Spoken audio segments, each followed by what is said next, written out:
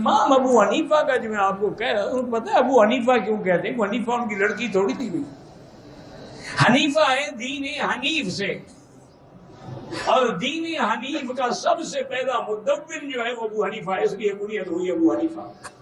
یہ کنیت وصفی ہے، یہ کنیت نسبی نہیں ہے۔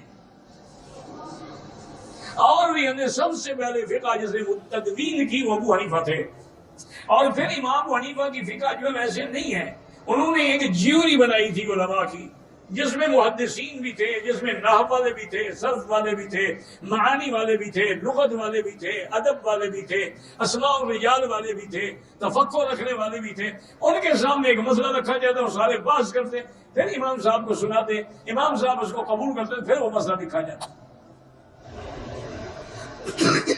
اس طرح انہوں نے تقریباً 60,000 مسئلہ جو ہے وہ منظمت کیا ہے۔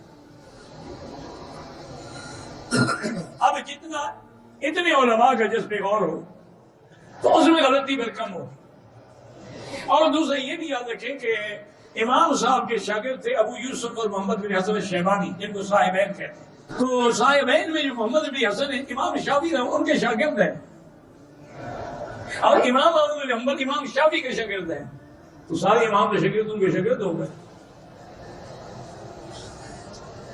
امام مالک رحمۃ اللہ علیہ امام دار الہجرت نے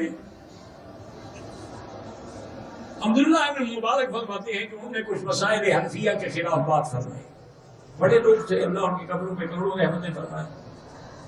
عبداللہ ابن مبارک جو ہے امیر المومنین فی الحدیث ہیں، وہ حنیفہ کے شاگرد ہیں اور امام بخاری کے استاد ہیں۔ وہ کہتے ہیں کہ ایک دن پھر میں نے ایسا کیا کہ چند ورقوں پہ مسئلے لکھے، اور ان میں جو ابو حنیفہ رحمۃ اللہ علیہ کا قول تھا نا، وہ لکھتا گیا، سارے 50-60 مسائل لکھے میں نے امام صاحب کو پیش کیا۔ انہوں نے میں اچھا رات دیکھوں گا۔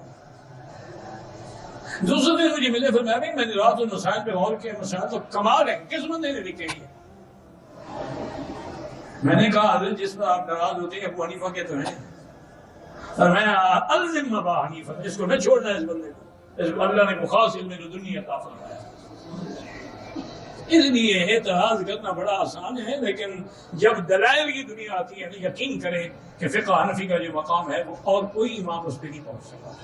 اللہ تعالیٰ سب کی قبروں پہ کروڑوں رحمتیں فرمائے۔